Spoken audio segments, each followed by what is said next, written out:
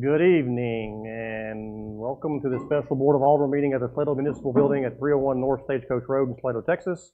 The date is July 24, 2025. It is 6:30 p.m. Mr. De La Rosa, please call the roll. All members are present. You have a quorum. Thank you, sir. As we begin this Board of Aldermen meeting, I'll let us take a moment to reflect on our shared commitment to serve the diverse community of the Village of Salado. We invite all present, regardless of faith, belief, or philosophy, to join us in a spirit of unity, respect, and compassion. May our deliberations be guided by wisdom, our decisions rooted in fairness, and our actions driven by the common good. Whether you find inspiration in a higher power, the bonds of humanity, or the wonders of nature, let us work together to build a culture where every voice is heard and every individual is valued. Let's take a moment, please.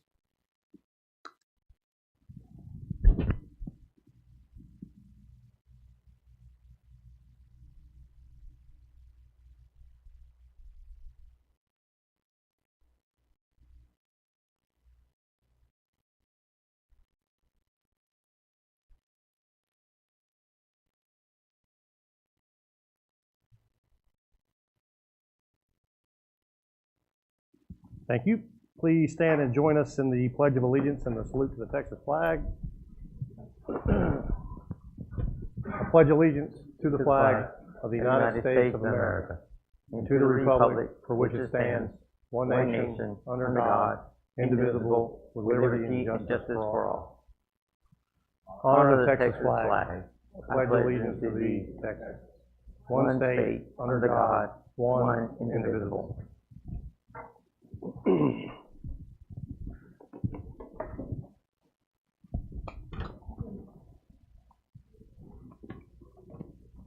All right, item 1, public comments. The Board of Aldermen welcomes comments from citizens on the issues and items of concern not on the agenda. Those wishing to speak must sign in before the meeting begins and observe a 5-minute time limit when addressing the board. Speakers will have one opportunity to speak during this time period. Speakers desiring to speak on an agenda item will be allowed to speak when the agenda item is called. Inquiries about matters not listed on the agenda will either be directed to staff or placed on a future agenda for Alderman consideration. I don't have any sign-in sheets, but I'm opening it up. Anybody wants to get up and speak?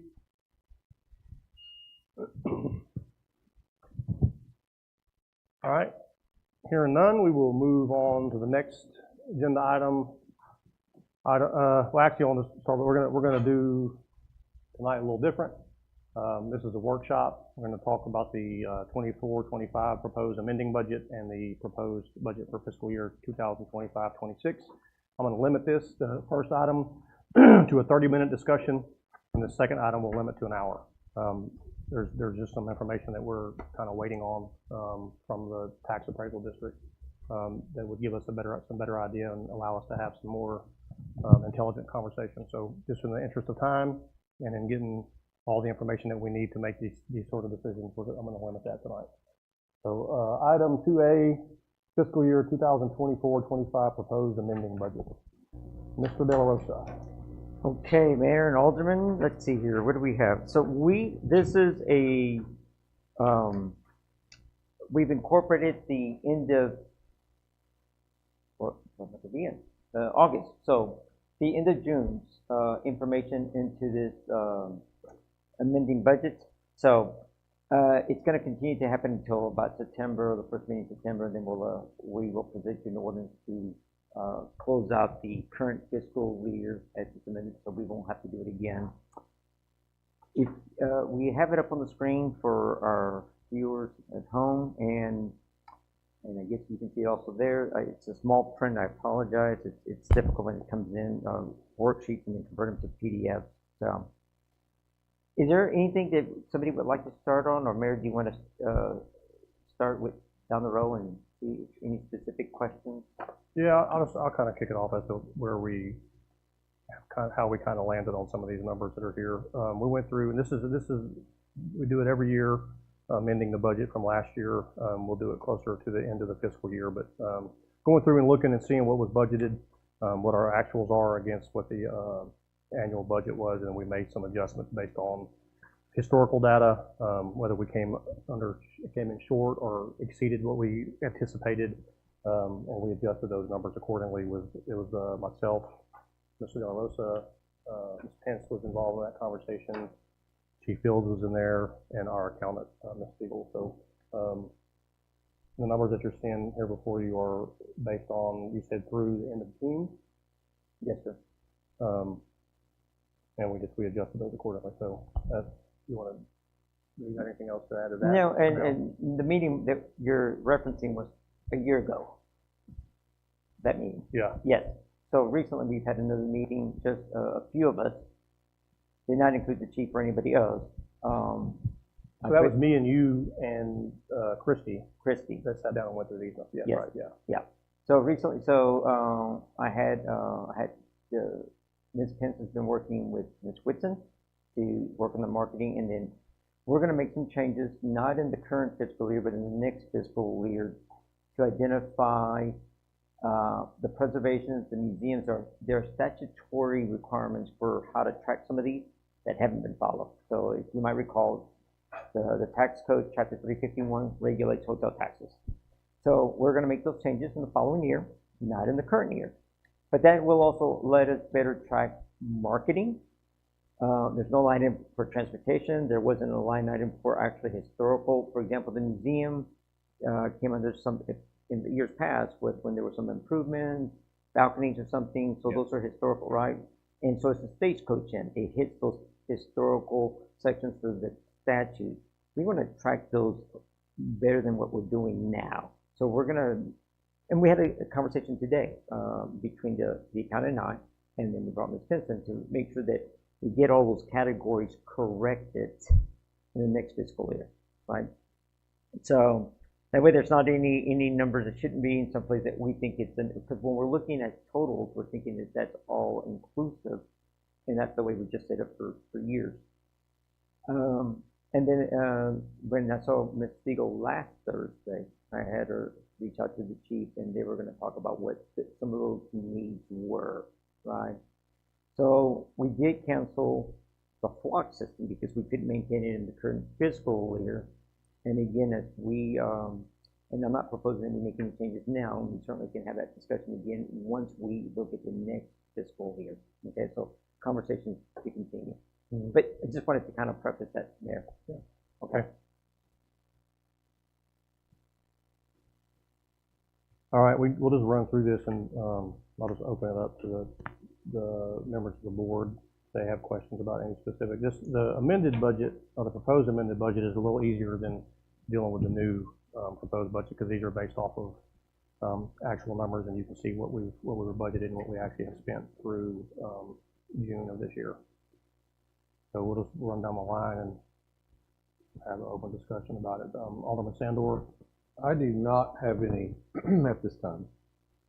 Alderman Lassiter?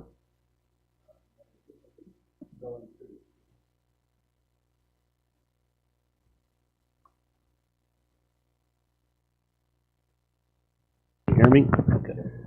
We're going through this just one time through, and then, because somebody has some follow-up questions, but I'll try and be quick and not hog any time. That's fine. We got 30 minutes to talk about it. I just kind of hit the highlights. Most of these questions are really directed more at Manny.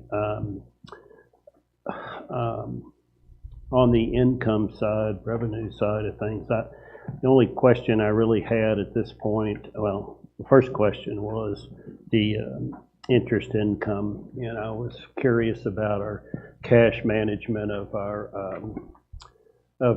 cash in the bank, and how we're managing that, because I know in the past we've had, I'm not saying we need to be like the past, but we used to have a chief investment officer which kind of handled cash management to take some of the burden off the city manager, but and I don't even know how that actually went, but I look at this and I think we are missing or not capitalizing as much as we could off of interest income by the amount of money we've had in the bank. And I look at that, it's kind of hard to make a quick guess at, but it looks like we're closer to 1+% gain on our interest income off of our cash balances. And I think there are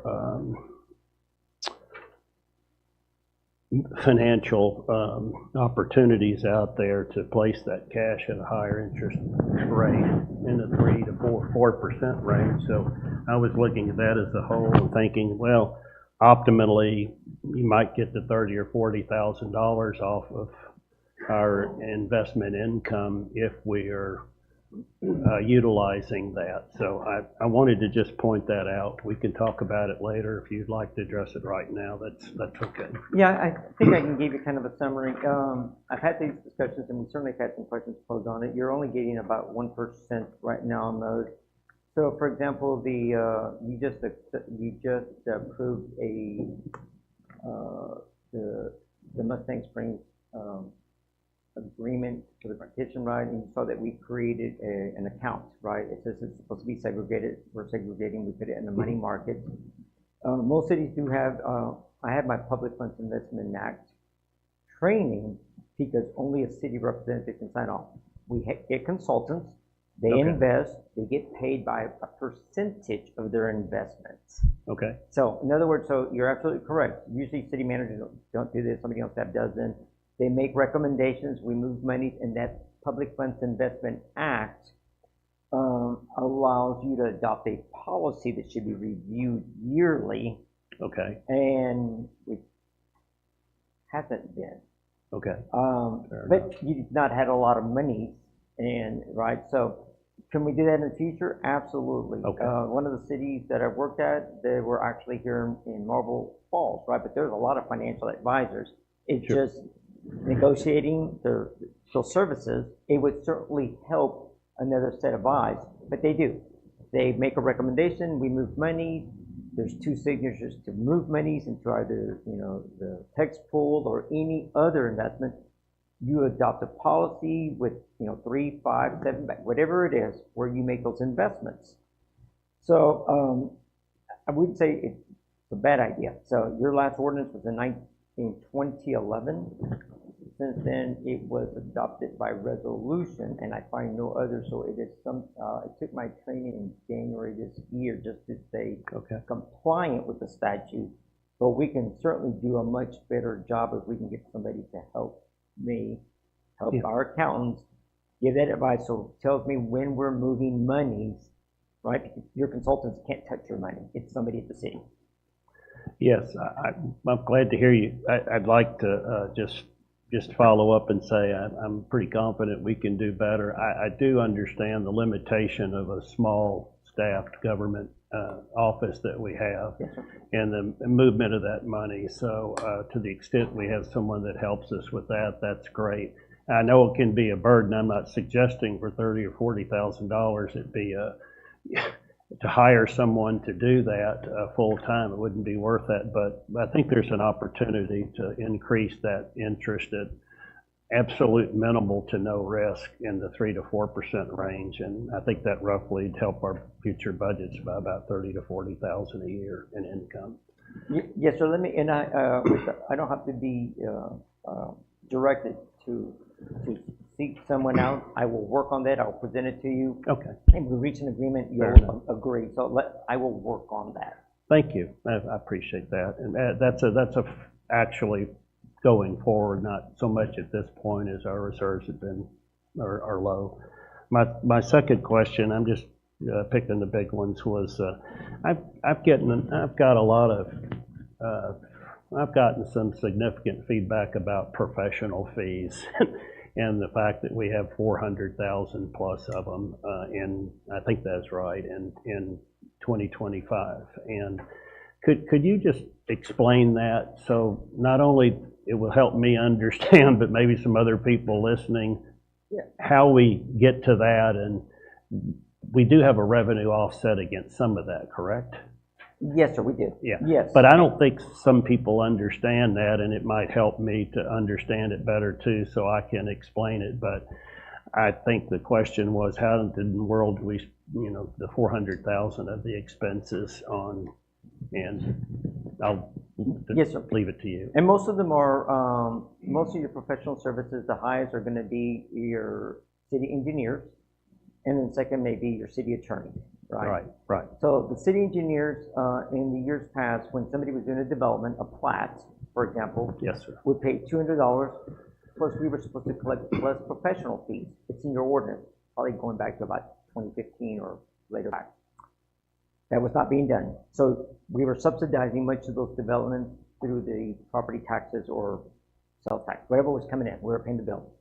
And That we isn't never, stopped. yeah. And part of not being able to track when we bill what's actually coming in, so we can show that it's actually, you're gonna hear me in this next hour after this, that we should be looking at permitting software, utility billing software, accounting software, CIP software, and hot fund software. Okay, So, fair enough. okay, so, but we do. We now, for example, today, the Baker staff, our law firm, submitted their legal billing. I processed the invoice, reviewed it, put it in the tray for payment, for process payment, and I forwarded to Ms. Pence to go through the legal billing to see any developments that are on there that we charge back to a development. Okay, Okay. So today you saw the email on Taco Bell.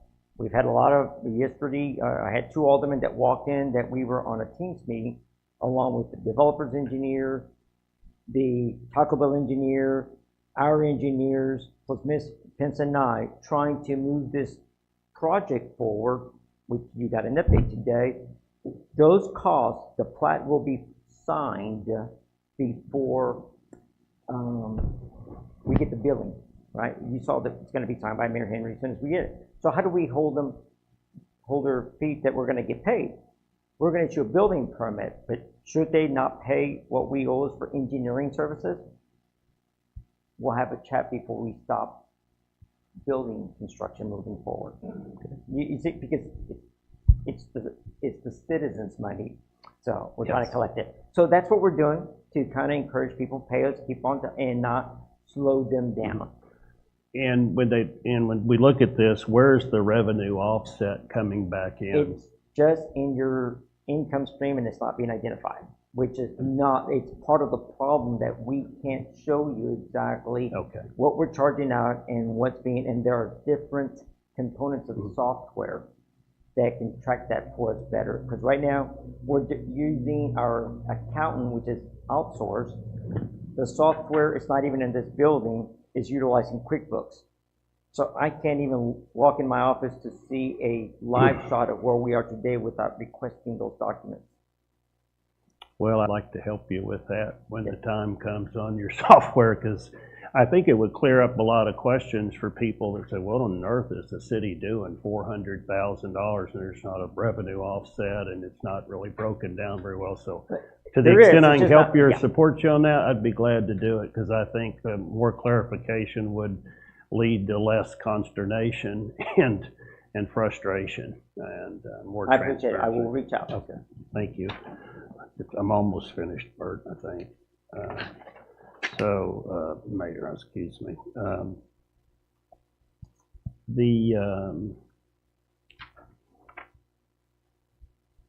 The street department on our revised budget was showing a pretty significant addition to it the last 90 days of this budget cycle we're currently in. Do we have some plans identified for some work, or I think you put it in, it was put in at,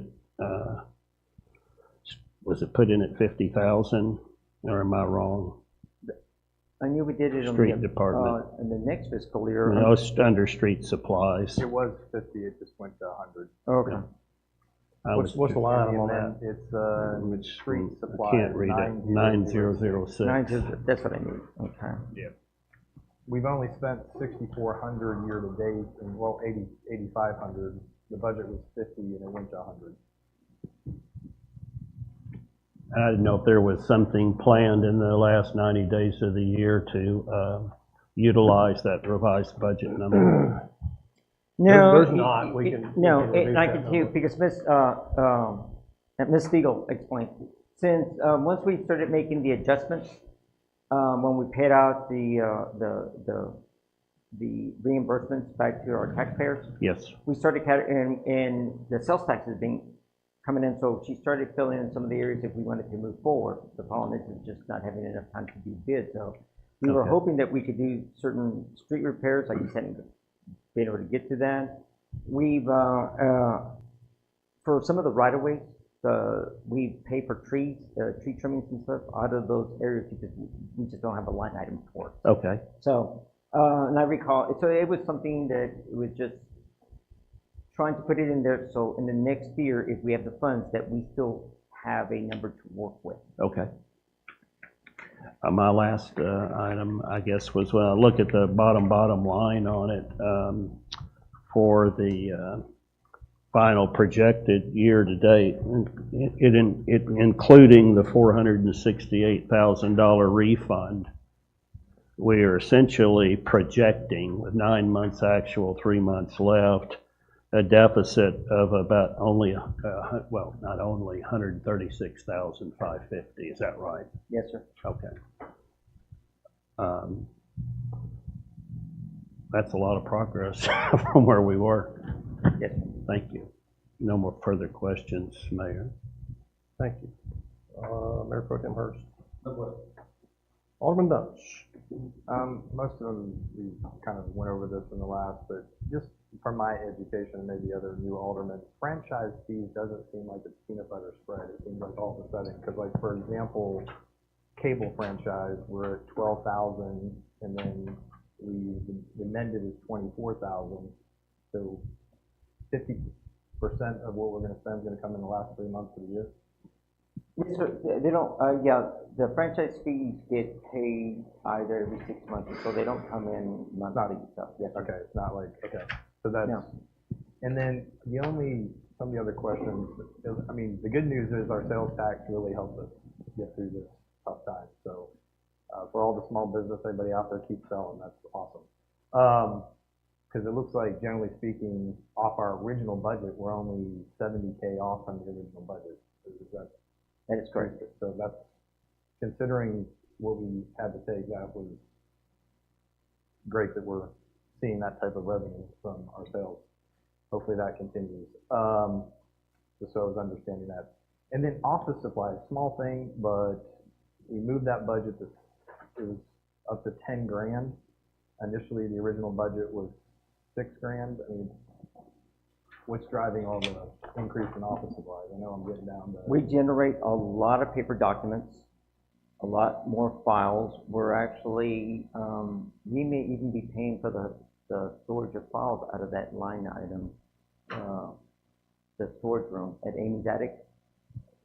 And I think it's in that same, we pay about $120 a month for storage. So you'll notice that we don't have a lot of storage room in here. Yeah. So we rented a space, a small room, I can't even recall, 5 by 7 or something, it's fairly small, but it's where we store a lot of our documents. But we do generate a lot more paper and a lot more files. Especially with all the permitting you're doing, right? I'm assuming. Yes, sir. And most of the, Mr. Sandor, when you're in my office, to the left of where you were sitting, you see there's a bunch of boxes. That's only a portion of the boxes that were all being stored in the outdoor buildings that we have, the portable sheds or those small aluminum sheds. That there were 3 times that number of boxes, and that is where we found the old wastewater permit applications and how we started auditing who submitted applications. So, and those records are still need to be filed and indexed. That's why they're in there. We're buying more supplies and trying to identify what we need to keep. We have Laserfish. We scan some documents. A lot of it scanned just electronically into our server. So, but that's part of those costs. I mean, that's why there's so many boxes in my office. Okay. No other questions. Thank you. Yeah, if I can get back to the franchise fee. Yeah. Last year, my first year, so in late 2024, we did not increase the right-of-way fee for telecommunications. We did approve that last year. We're starting to see some of those revenues come in. We updated all of our maps for franchise fee to Encore, including the Salado Water Supply Corporation, that we had not updated our map, so they had no knowledge that we had annexed certain areas. The reason we provided to them is so that we can get our 4% gross net, percentage fees. So we're now seeing those come in. You have a solid waste ordinance that allows for refuse companies, for companies that provide solid waste pickup, that we have not audited. It's a fairly old ordinance. It's antiquated. You can have 4, or you can have one exclusive and offer commercial and residential, and the city could have garbage service without paying for it. And at events, we can have them provide containers for every event that we have in town, like the Stroll or, you know, the Planet Earth, whatever it is. Those are, so I will present in the future a discussion item so we can revisit that. But just like we audit franchisees, I can't say that we've ever audited the hotels to see if we're compliant, and we should be. It's an industry standard. We pay for those things. It's paid out of those. We're just not doing enough to ensure that we're collecting what we're supposed to be collecting. There's definitely opportunity in there for next year. Yes, sir. Good deal. Thank you. That was it, Mayor. All right, Alderman McDonald.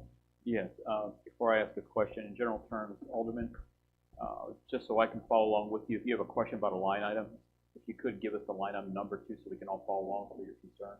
That will help at least me on this side of the house and help cover down some of that information. So, Mr. Del Rosa, thank you for what you've done so far for the year. We did start the year with a pretty big deficit, and it's been reduced. So that's by no small measure, not without your input and your staff's input, so I'm very thankful with that.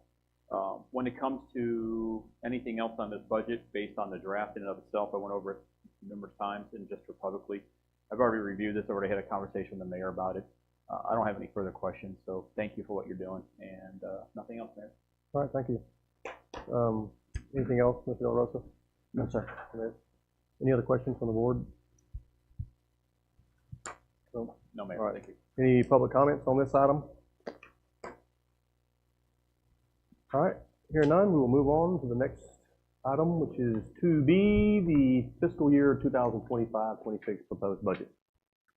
Great. Now this is better news. I don't have this on a PowerPoint, but I've given you a handout. Last evening, Ms. Stiegel went onto the Bell County Appraisals portal for the village. Noticed that that the 2025 certified totals were posted, so she emailed them to me at 8 in the evening. This morning we had a discussion because we needed to look at the 2024. So what I did is I compiled a one-page information and told you which page to look for the net taxable amount of $530,138,000. Page 14, the total value used of $39,794,000. Page 5 has the freeze taxable of $131,377,000. So the 2025 total taxable value is $438,554,918. Okay? The 2024 total taxable value was $380,978,531. That is an increase in total value of $57,576,387. So, I don't, let me tell you some of the things that we have done. We moved a lot of plats this year. In the last year and a half, we made sure that in the prior calendar year, that we were closing out projects, much to the displeasure. We met like on December 31st to annex the Holiday Inn so we could have them on our tax roll on January 1st of 2025. So we've done those kind of movements to move a lot of these properties. So we have been anticipating, and those that some of you that have spoken with you, that I was pretty confident that our appraisals were going to go up. Now here's the flip side: truth in taxation laws. We're going to be looking at the voter approved rate and the effective tax rate. I would anticipate that over the next few days that the Bell County Appraisal District will go through those calculations, coordinate that with our accountant. She'll give it to me early next week. So by next week's meeting, we will know which is which is the two numbers, right? Either the voter approval rate or the effective tax rate, and our intent is to stay with the higher of those two, okay? I would recommend that you adopt one of those and not pursue something higher than that. So really, so right now, I did a calculation on this $57,576, divided it by 100, multiplied by the current tax rate of 36.12 cents per $100 valuation. They came out to $207,000 in taxes. That's an approximate little over 5 cents in increase. Okay. Now we'll get to determine whether we get to keep it all, because that's what that truth in taxation laws are. If your appraisals go too high, then the state says you're getting more money than you need, and you got to lower the tax rate. So I am not saying we're going to do one or the other. I'm saying that I don't have all of the information, but I anticipate that we will have it by next week. And I think that regardless, we will be in a much better position than we thought going into this, considering what we're coming out of. So based on those discussions, whatever discussions I've had in the past about staff reduction or anything, they may or may not have to come to fruition. But we're certainly going to consider looking at, if I can, before we get into it, it's all part of this next fiscal year, upgrading our city hall phone system. If we stay with the current vendor, it's an additional $150 a month above the current rate. I don't know what the total is, we'll give you that, but we'll look at what it is. That will allow not only staff, but also you elected officials to be able to text through that system without using your own phone and without the staff having to use personal cell phones. Okay, so the clerks generally don't, but Ms. Penn certainly uses her phone, right? So, so the city hall phone system, by the way, it's on its last leg, and we had to, we were sold parts from somebody else's system that upgraded theirs, and that's how we managed to get, I think it was three phones that we were able to save by keeping the phone system, by using somebody's used phone system. Cell phones. I've had one alderman from the prior election year, another alderman from the current year. We've got employees, like I said, that are using personal cell phones. I would, you know, sometimes you got to do what you got to do, but your personal cell phones are subject to the Public Information Act, right? So, and it is best that you separate. As a matter of fact, I carry two phones. I keep my work stuff away from my home stuff, okay? Unless you want to be subject to that, and there's nothing wrong that, you know, if you're doing what you're supposed to, no harm, no foul. But do you really want to lose your phone because somebody filed a complaint, and now some police officer says, yeah, I need to take your phone so I can download it, right? My recommendation is that if we can, that we look to correct that for you, each one of you, with a city cell phone. We're going to look at contracts of phone systems.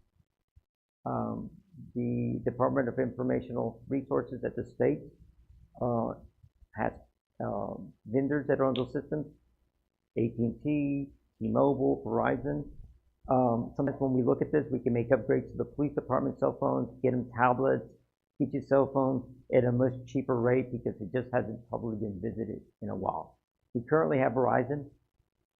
They say we get a government rate, but I haven't seen what that rate is and compare it. So it's always nice to revisit that. I did mention these other softwares. We currently have Encode. Encode does our municipal court.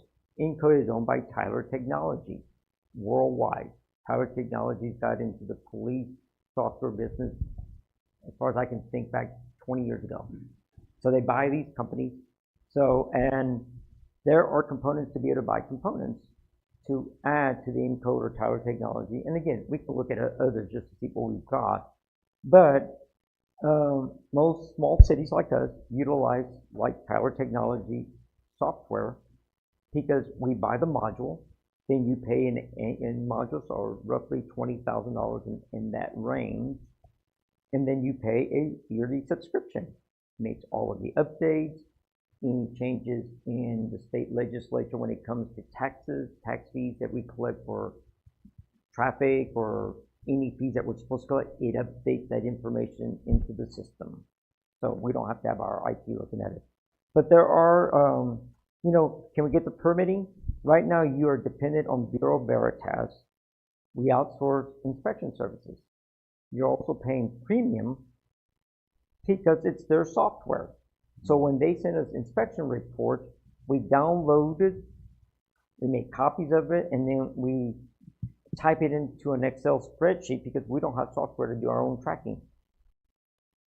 Okay, it's very time consuming.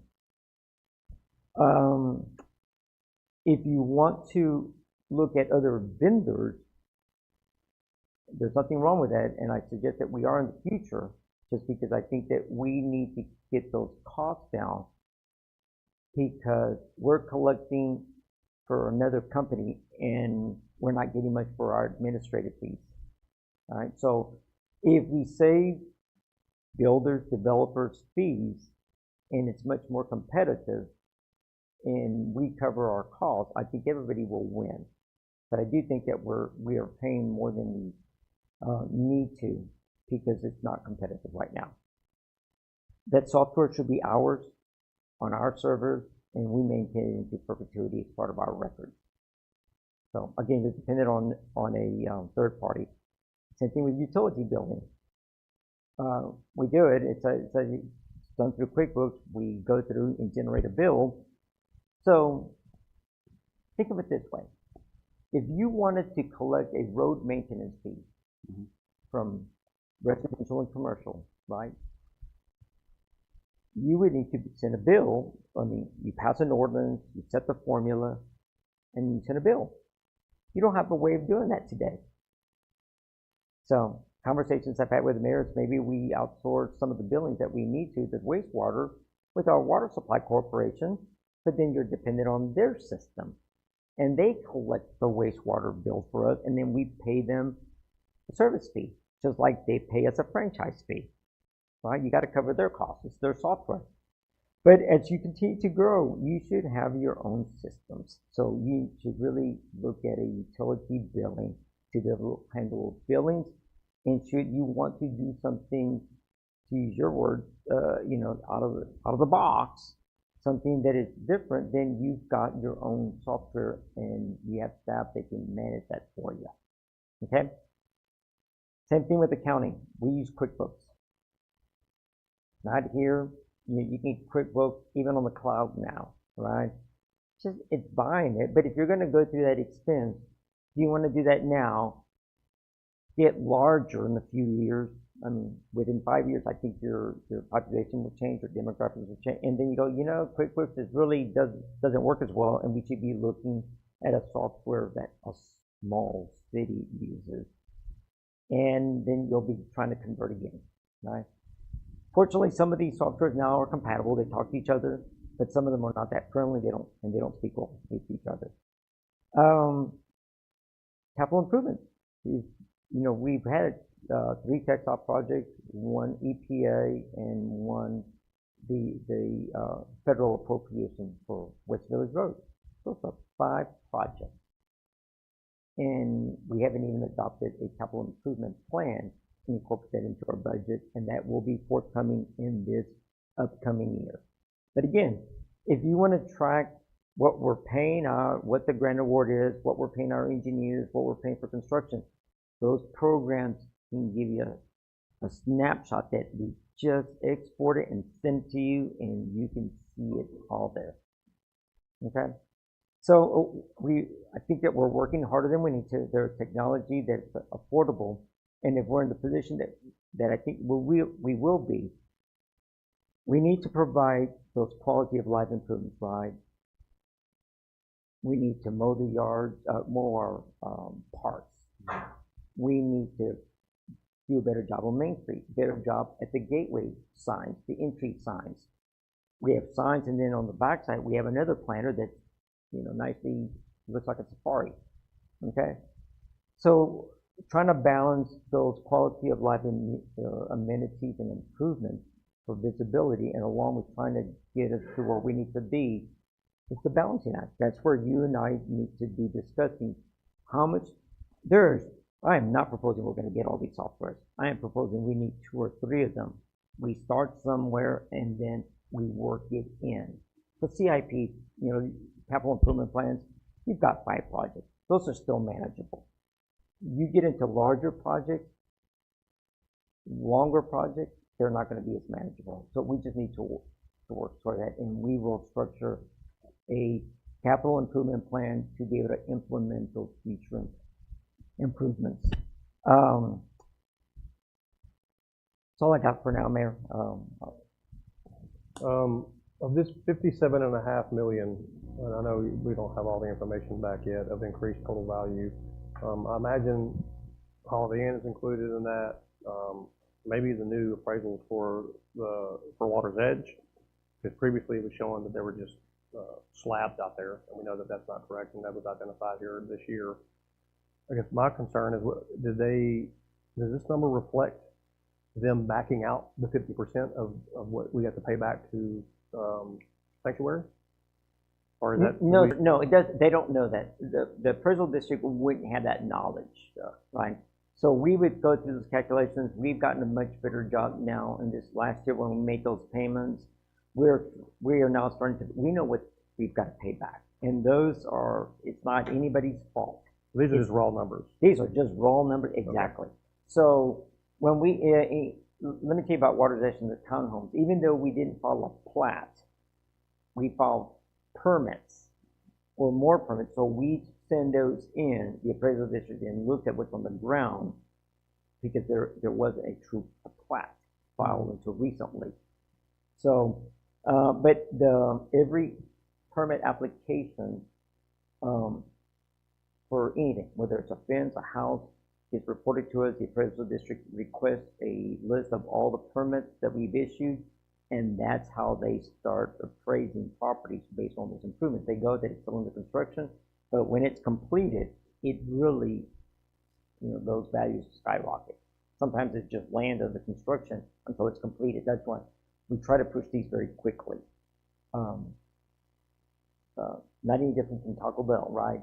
We are hoping that Taco Bell gets completed by the end of December, which is kind of the game plan, so it'll be on our tax roll on January 1st of 2026, but you're not going to see anything for a year.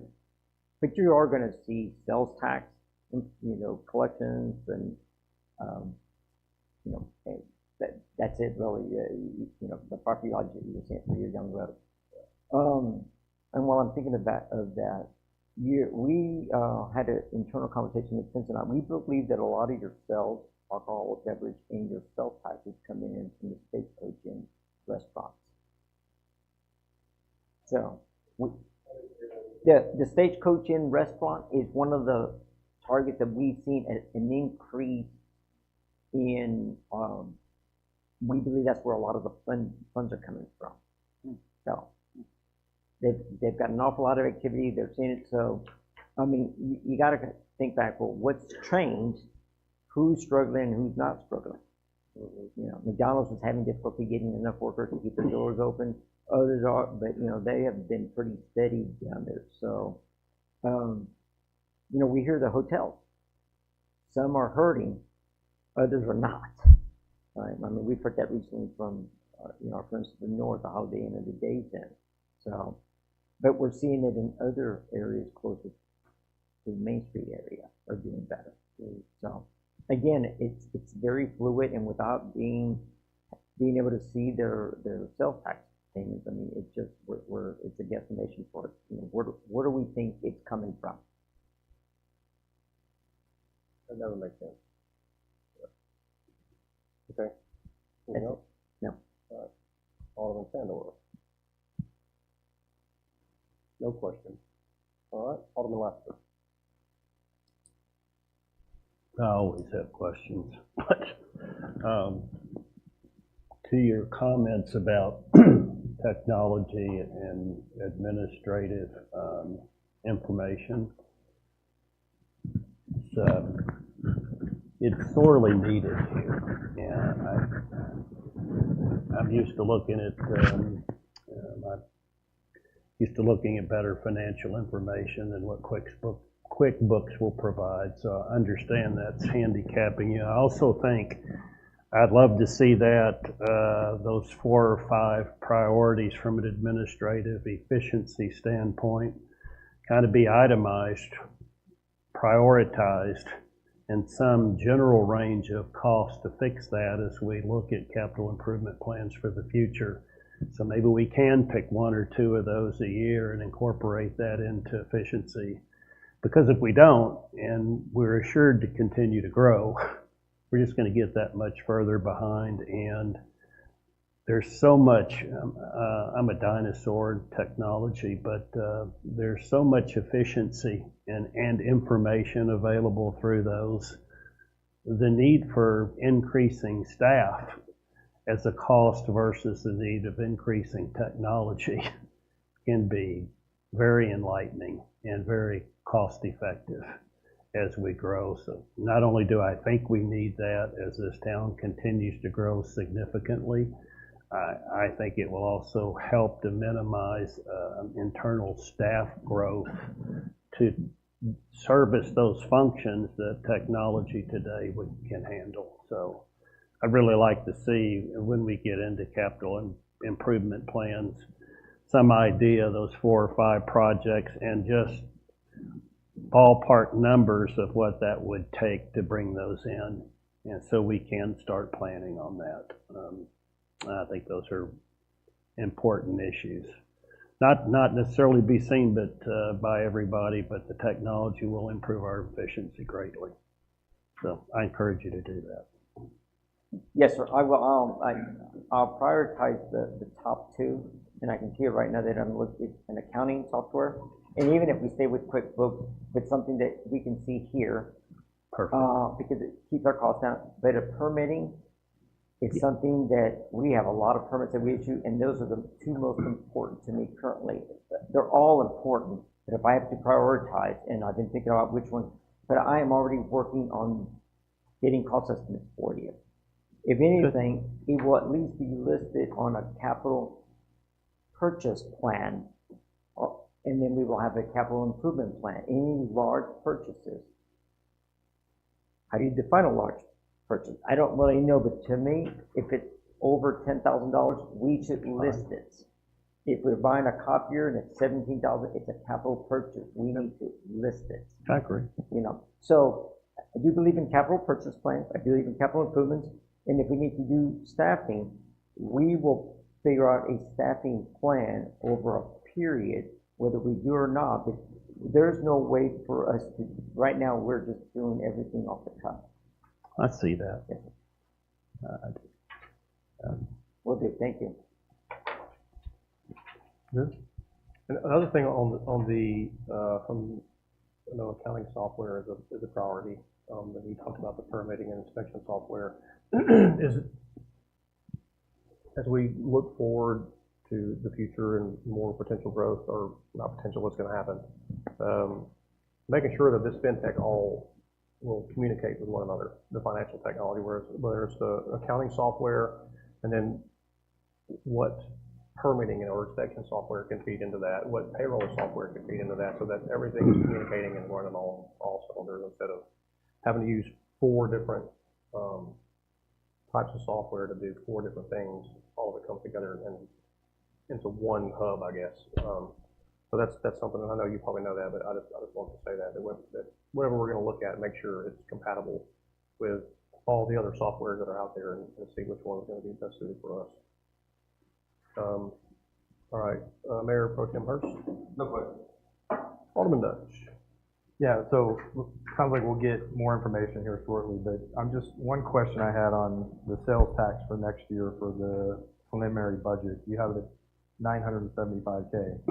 We're going to end at $985 for this year. Over the last 4 or 5 years, we've at least this year we'll see a 10% increase, but over the last 5, 6 years, it's always gone up. I just feel like that number probably should be a little higher than what it is. I don't think, hopefully we're not headed into any recession, but anyway, so just with the growth, that was one question. Great, I can't wait to see what we do with the software. The other thing for the budget is in how we go forward that I'm hoping, hopefully it's in a software package that we'll get to, but maybe, my question is, do we have this? Do we have a monthly budget and actuals by month? Because all this stuff isn't exactly peanut butter spread. I'm assuming we're gonna head into Q1 of this next fiscal year. It's our busiest time of the year. I have a feeling that sales tax, one would assume, is probably gonna be a little higher than Q2. So understanding that versus just seeing, we go into the new year and you only see where you are year to date, you're setting off alarms, at least I will, but if I know, well, that's projected because this is the Q1 budget, Q2, Q3, Q4, it'll make us feel a little more comfortable that we're on target just based off seasonality and different things, whether it's a high electric bill month because we're in summer months, we're anticipating that. But just seeing a budget that just says year to date, this is where we are, is, I feel like I'm kind of running blindly. Yes, no, I totally agree. We do have details. It's just printing them and getting to you or emailing to you, but we do. So let me tell you, sales taxes, not sales tax, property taxes. We adopted the tax rate in September. People start paying as early as October. It is, we can tell you the percentages because it is very, so you're going to get most taxes paid in Q2. Okay, some will start as early in Q1, so between October and December they start. But January, February, March for us are busy months, and that's when we start seeing a lot of the money, the ad valorem taxes being paid. So, and then you'll see the stragglers, and we are in the third and fourth quarter still. So there's a lot of exchange of properties right now, and taxes are being paid throughout because they're not paying them, they're up for sale, they transfer it, and then all of a sudden we get a check. So we're seeing some of that. So it's part of what's handicapping not only you but me, is because every time I need to see it, I've got to make a request and email, and then it's difficult to see that many pages on a screen without me having to go print it out. So I know that what you're going through, I'm just trying to figure out exactly how to expedite it, unless you just want me to send out quarterly or give you a better, and I don't mind. I can email it to you, but that's how I get it. It's not, I'm assuming, we said you're running on this QuickBooks. I'm assuming most other advanced, more software will be able to help us get there. It fits into exactly what you're saying in dovetailing of, then you're not wasting all this time of, you should have known your run rate from last year that is known, and then you can look at that and you can predict, and you can, so it sounds like you're going through heroic efforts unnecessarily that we can make some investments to make everyone's job easier. So I think we're on the right path. Yeah. It's just, I know I'm going to go in the next year and my alarms will be going off because I'm looking at a run rate against it. And I'm be like, that could be totally expected, right? yes, sir. Because that's just the seasonality of what we're in. Yeah. Last July of last year in August, when Mayor Henry sat with us at this table along with our accountants and the staff, we were looking at the previous 3 years. We had 5 years worth of data. We looked at 3 years worth of data, put a budget together, made some assumptions based on adding police personnel, ticket issuance, and things, right? So that was during the budget preparation. This time around, because this current fiscal year was an anomaly for us, that we had to basically not rely on what the past did. We're now looking at the numbers. So most cities will generally look at increase of what that sales tax is, because they go through what is the new revenue stream. The economy's going to do whatever it does. But let me tell you what some other cities did. North Texas went through this. South Texas went through this. When they were doing the Fort Shell fracking, cities were getting a lot of these funds. Cities were dependent on those funds. And then it went away. And then it went away, right? Yeah. That's the concern I have, is we can be a little bit more, I hate to use aggressive, but we can certainly look at what it is, agree that that's the number we're going to utilize, and if we get larger revenue, there's nothing wrong with that. More comes in because then that revenue stream gets moved into an unrestricted reserve. You start building those funds up. Now you have funds that you can pledge towards your future matching on capital improvements. So I don't want to forecast. I don't want to recommend that you forecast everything or at a higher amount that you haven't given your room any latitude to build your reserves. So assigned reserve already earmarked for capital improvement projects, purchases, or some that are unassigned, unrestricted, so you can pledge them to something, and then and that's what we did with the 70,000 last year. We created a 70,000 reserve that we were going to put into an interest and sinking fund to be able to issue debt this year. As a matter of fact, it was going to be the Royal Street, so we could pay the first year off interest. It just, that petition through everything. So there are those plans, but I don't mind sharing that with you, and I don't mind sending it to you, and I can have it sent to you tomorrow, Monday. So.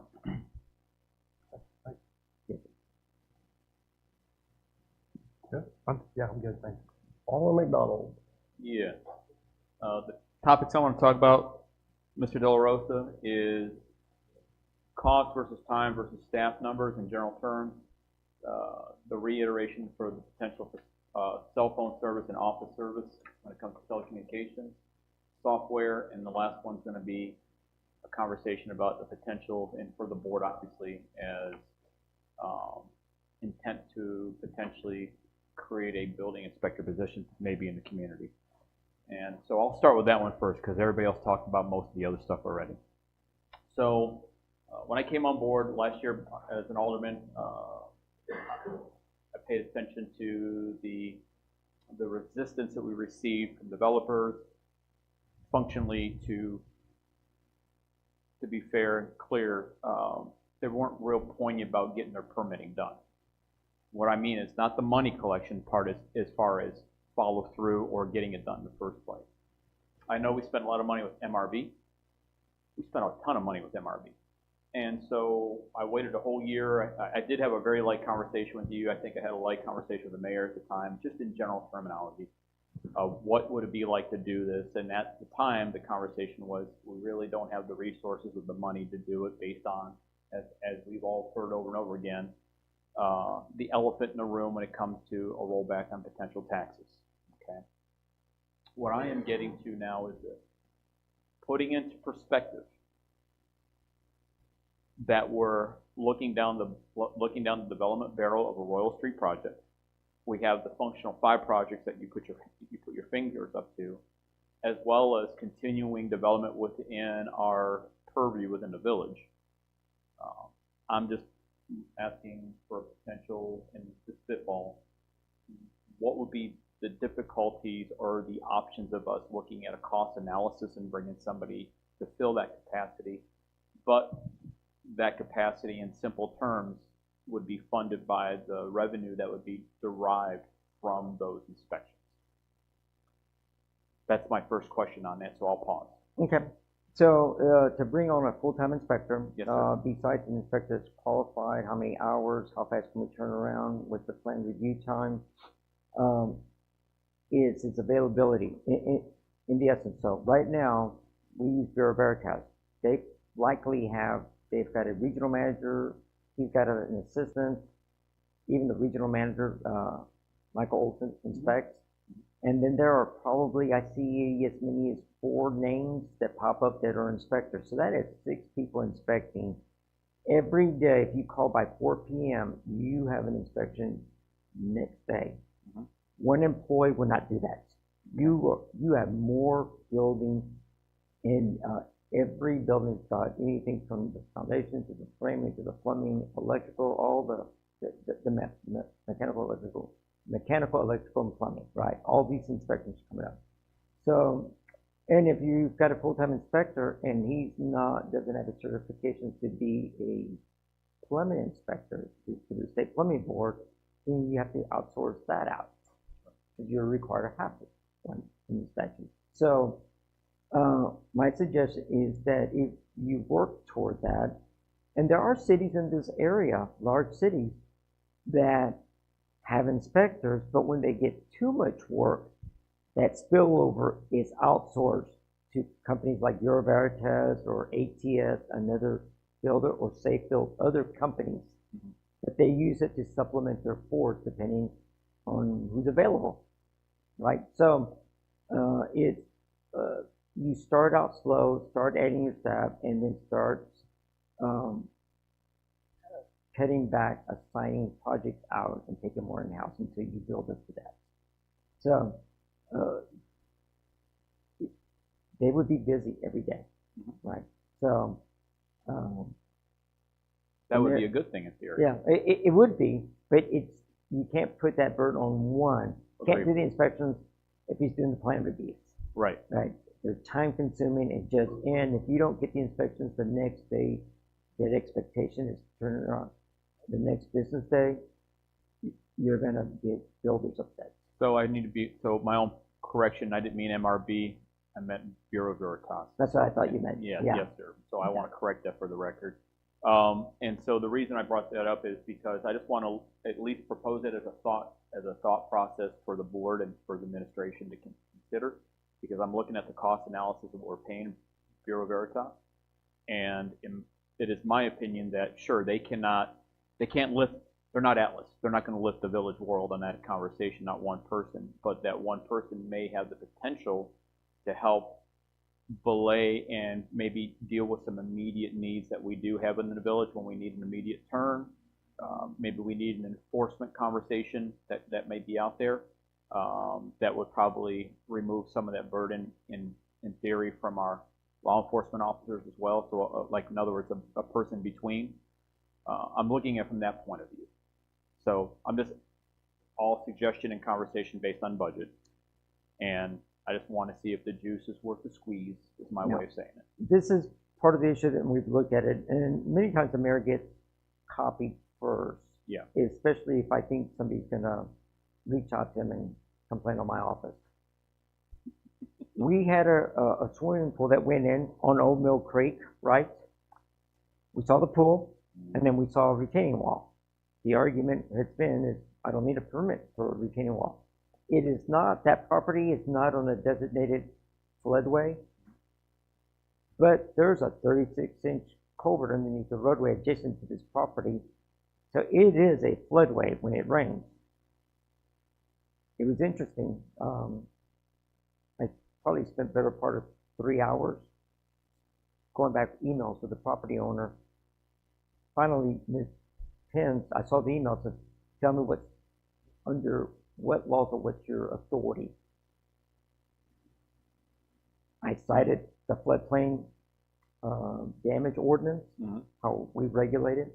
I cited several sections of the Code of Federal Regulations on stormwater, not only FEMA, the National Flood Insurance Program, plus the city's ordinance we adopted on the building code where we adopted the International Residential Code and how Chapter 1 regulates right of entry, construction documents, permitting.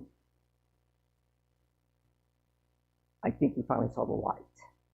So, and we get, well, you came on my property, you don't have authority, you're trespassing, we're going to sue you, we're going to do these kind of things.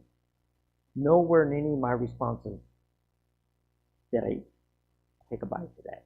Basically, these are the ordinances, this is the section, and I fed him so much information that he finally said,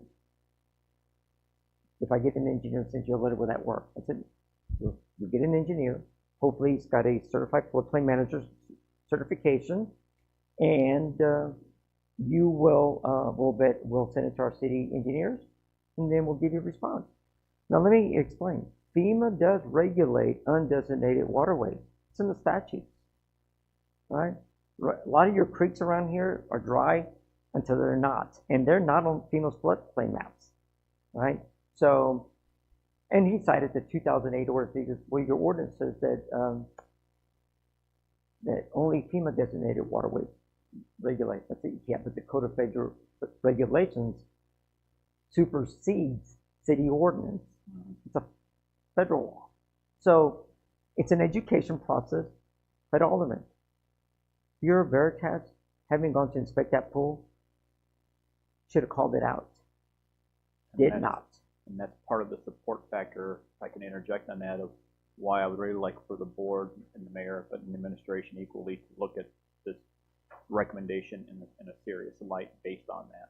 We wouldn't maybe have this problem if we would have had somebody who had been intellectually manageable to understand the rules, the regulations of all these things we just discussed. It would take away, we would get back those 3 hours of your time and whatever time Ms. Pence put into the conversation as well. Yeah.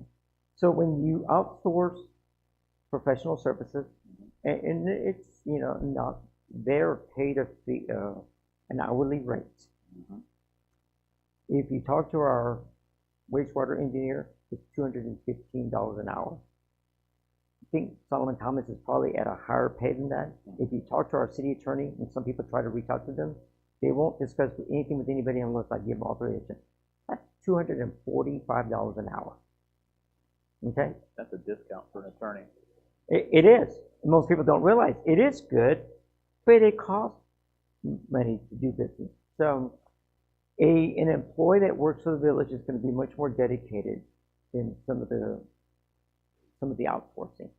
You've got outsourced city engineers. We're not at the stage where we can hire them inside. And even if we hired a city engineer on staff, he's an operations engineer and not a designing engineer. Right. It's a different discipline, right? What is the difference between the two, sir? Explain that.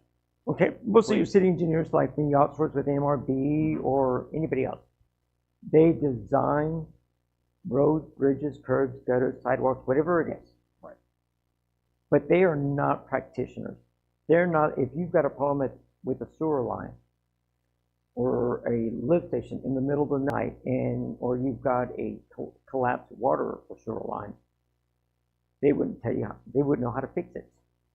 There are engineers on staff that works with public works, works with management, and we will fix that, whether it's raining, whether it's hot, whether it's ice, things, whatever weather conditions it is. Okay. I like my designing engineers, but they are not field engineers, certainly not practitioners. Thank you for explaining that detail. Okay, yes, sir. Okay. Thank you. And that's all I want to talk about for the potential for the inspector. That was that piece of it. And there's not a line number on it. On the software in itself, just keeping it simple, everybody's pretty much hit on it, but we're basically, whatever you're going to find, you're going to look at integration potentially, correct? In other words, the ability to integrate, ease of use, and compatibility, because integration and compatibility are two different things. All right, building upon. I just wanted to bring, because I looked up one real quick, and for open discussion, when I'm not here being an alderman, I help create permitting in other municipalities, things and so forth, and one of the most dominant ones is MGO, okay? And what I've learned with them by talking to actual building inspectors who happen to be the inspectors for the municipalities, as I'm discussing, it's a software package that not only can you utilize that for your inspection processes, but it also can manage things like utilities and things, and others. There's an opportunity for that on that as well. So I just want to say that out loud. If we're going to go fish, I would ask that you look at that too as well. And the nice part is you can do it right online, and everything's online for both parties involved, or all parties involved in theory. Yes, sir. And that also allows us to potentially track our vendor applications as well that we do have in our community. In other words, contractors, things of that nature, so on and so forth. Beyond that, cell phones. Cell phones are definitely something that's a pretty big button topic for me. I had a pretty intense conversation in a good way with the mayor about it, with you equally as well. I'm looking forward to seeing what you find out about that. And last but not least, talking about numbers, contractor registrations like number 4270. I see what we see here as far as 7605 for 2425. It's been adjusted to 12,000. I just want to make a generalized statement. I'm starting to see a good pattern here, and this is kind of to may have a comment on where the mayor and yourself have come up with these projected preliminary proposed budget numbers. I, for one, am hyper conservative when it comes to guessing what a taxpayer is going to spend here in town. In other words, I'm not talking about the property side of it. I'm talking about you and me eating dinner in town and how often we're going to do that. And the economy drives the train on that, and affordability comes with that too. So I'm okay with being a little more conservative on those numbers and general terminology, just because I'd rather be happily excited and surprised on a good way. Hey, we made more money this month for a community, versus cautiously over projecting because we may have had two or three or four great months, and then people decide to climb up their wallets and their pocketbooks, and that turns into a conversation. Now we have to refigure it out again. So I understand the conversation of this, and I'm thankful.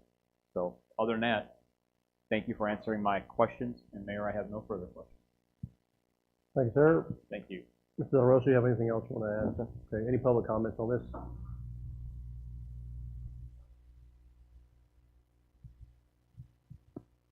Take your time. Those are nice shorts you're wearing, sir. Thank you. Larry Michaels, 1346 Long Meadow, Salado, Texas.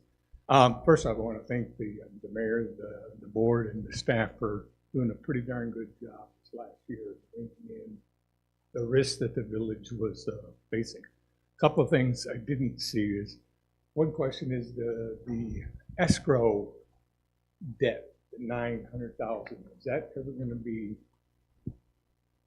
talked about, or a plan to replenish that? Or is that something that's, we're kicking the can down the road until the money's available? We ought to be thinking about a plan. We're not kicking a can. I'll give I'll say that. Go ahead. Yeah, Mr. Michaels, it is Alderman Lassiter asked at the last meeting, it is a liability. Yep. And will continue to carry the liability. The board has been informed that I will be soliciting for auditing services. So that will be going out next week, and we'll open up sometime in September, and hopefully selecting the auditor. The current auditor could submit a request for qualifications and be considered, but there is a grading. We've done this in the past. We're going to continue to look at that. We know that we had a liability. Okay. How it gets resolved is something that I'm working on. I think I've already figured out how to address it, but until I'm prepared to release that, we will let the process go through. But we know what we've got. Okay. I just hadn't heard anything about it. No, it'll be in the audit because obviously it's still there. Yes, sir. And the CRR budget, are creating a capital repair and replacement budget fund. I guess it's not really a budget, it's a fund. It's fine, yeah. Yeah. And I heard you talking about it. Is there a plan for that as well? Which one specifically? CRR, capital repair and replacement. Oh, yes. You know, yeah, I don't know if I'll just put it into capital, into a CIP plan, or actually create something. But, you know, there are facilities that we have and facilities that we need to make upgrades on. So that would be a good one, that we would actually put the improvements, proposed improvements for the 1.5 million grant, which for the wastewater treatment facility. So cities aren't that sophisticated. We tend to just try to keep the number of funds down and add it as a CIP. That capital improvement plan isn't a one-year plan. It's actually 5, 10, 15, up to 20 years. So funding mechanisms for some of these will go out easily 18 to 20 years. Budget item 4200, 4230, building permit fees. Only forecasting 50% of its current last year. We've seen a downturn in building permits. We know that also, I'll be honest, we had what about the school district? Oh, yeah, the school district paid a large fee for their permit, their stadium, because that's in the city. And that was a big one-time payment. So we're not seeing that anytime soon. So, and also our local builders, the Sanctuary, they're looking to, they were trying to market the rest of the east track, which is down at the far east of town, residential, had no buyers. So they were trying to determine what they were gonna do with the commercial track recently. It's something we're tracking. I know that they're in town next week, but as to what they're gonna do, is still up in the air. So, but we are not, here in the last almost 2 months, we've seen a downturn in building permits, but these one-time collections through everything. So here's what we did. We collected a one-time fee. We got charged according with our contract to pay for the plan review and inspections. We spent that money and we're still doing inspections rather than segregate it, hold it, because the inspections would be occurring in the following year, right? So we got it all at one time, and So is that, and that probably justifies the reduction in inspection fees, not necessarily proportionate to the revenue side of the permits. that is correct. Thank you. And I want to add to what you're saying. Another part of that is you got Water's Edge that's going on, and they've gotten inspections all year. They're just about done with that project over there, so that we're going to lose those inspection fees. The school you mentioned, and we Salado Center. Yes.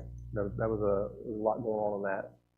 That's going to ramp back up, but it won't get anywhere near what we've seen with Water's Edge and the school and Sanctuary and what's happening over at Drake Landing. You had some pretty large infrastructure projects, didn't you? Are they still moving forward? There's a couple 400 acre, or not 400 acre, 400, we talked about 400 lot subdivision somewhere out east, I think. There's discussions. Yeah, Yeah. just discussion. This due diligence is where they're in right now. Thank you. Yep. Good. Any more public comments? Nope. All right. Next item on the agenda is adjournment. Move to adjourn. So moved, 7:47. Did you have something? No, I was going to move to adjourn. Oh. I don't have any, but I would. Congratulations.